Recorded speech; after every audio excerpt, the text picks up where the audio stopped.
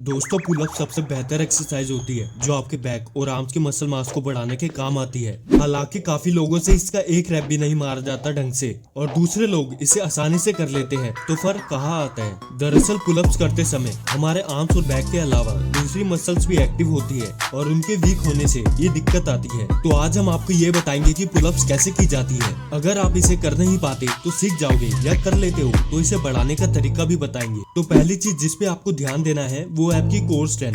अगर आपका एब्डोमिनल्स का एरिया वीक है तो आपके लिए पुलअप्स लगाना लगभग नामुमकिन हो जाता है। एक स्टडी में यह पाया गया है कि पुलअप्स करते समय सबसे ज्यादा जोर हमारे बाइसेप, लेग्स और बैक की मसल्स पे आता है, लेकिन इनसे भी ज्यादा जोर हमारे सिक्स पैक एरिया पे आता है जिसे हम कोर कहते हैं। तो पुलअप्स करने से पहले अपनी कोर पे काम करें। जो एक्सरसाइजेज मैं आपको बताने वाला हूँ, अगर आप इन्हें 60 सेकंड्स तक कर लेते हैं तो ये आपकी कोर स्ट्रेंथ बढ़ाने की काम आएंगी, जिससे आपको पुलअप्स करने में आसानी होगी। सबसे पहले नीलिंग प्लैंक है, जिसमें आपको अपने घुटनों के बल नॉर्मल प्लैंक करना है। ध्यान रहे इसमें आपके बैक और हिप्स का हिस्सा स्ट्रेट रहे। फिर आपको नीलिंग साइड प्लैंक करना है, जिसमें आपको अपनी कोहनी की मदद से साइड में सीधा लेटना है। अपने हिप्स को हवा में उठाते हुए अपनी बॉडी को 60 सेकंड्स तक स्ट्रेट रखना है। फिर आपको नॉर्मल रेगुलर प्लैंक करना है, जिसमें आपको इस बार अपने घुटनों को सीधा रखना है। जब आप इन तीनों एक्सरसाइज को 60 सेकंड तक कर लेंगे, फिर आपको लास्ट में डिक्लाइन प्लैंक करना है, जिसमें आपको अपने पैरों को किसी ऊपर जगह पे रखकर प्लैंक करना है। एक बार जब आपकी कोर स्ट्रेंथ बढ़ने लगेगी, फिर आपको पुलअप्स लगाने में भी आसानी होगी। तो अगर आपको अपने भी पुलअप्स बढ़ाने हैं तो कोर की एक्सरसाइजेज जरूर करें।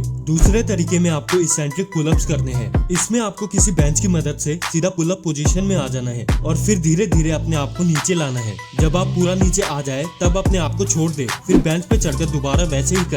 ज्यादा देर अपने आप को होल्ड करने से आपकी स्ट्रेंथ बढ़ती है और आपको ये एक्सरसाइज 5 हफ्तों तक रेगुलर करनी है। पहले हफ्ते आपको 30 रेप्स, दूसरे हफ्ते 40 रेप्स और ऐसे ही 5 हफ्तों तक रेप्स को बढ़ाते जाना है। आपको कम से कम 3 से 4 सेकंड्स अपने आप को रोकने की कोशिश करनी है नीचे आने तक, और हफ्ते में आपको ये 2 बार एक्सरसाइज करनी है। तीसरा तरीका बहुत ही ज्यादा इंपॉर्टेंट है, जिसमें आपको इन्वर्टेड पुलअप्स लगाने हैं। यह एक्सरसाइज आपकी उन मसल्स को मजबूत करती है जो आपकी पुलअप्स करते हुए काम आती है। अगर आप जिम जाते हो तो आप बारबल रॉड की मदद से इसे आसानी से कर सकते हो। पहले आपको रॉड कहीं सेट कर लेनी है, फिर आपको ओवरहैंड ग्रिप लेते हुए उसके नीचे आ जाना है। फिर अपने हाथों से अपने आप को ऊपर पुल करना है जब तक आपकी चेस्ट रॉड से टच ना हो जाए। और अगर आप जिम नहीं जाते तो आप घर पे कोई जुगाड़ कर सकते हो या पार्क में झूलों पे ये कर सकते हो। बस ध्यान रखें तरीका आपका सेम ही रहे। जितना ऊपर से आप ये एक्सरसाइज करोगे आपके लिए उतना ही आसान होगा। और एक बार जब आप इसे करना सीख जाओ, फिर आपको रॉड नीचे या किसी नीची चीज के सहारे इसे करने की कोशिश करनी है। ऐसे ही आपको अपनी ताकत का पता चलेगा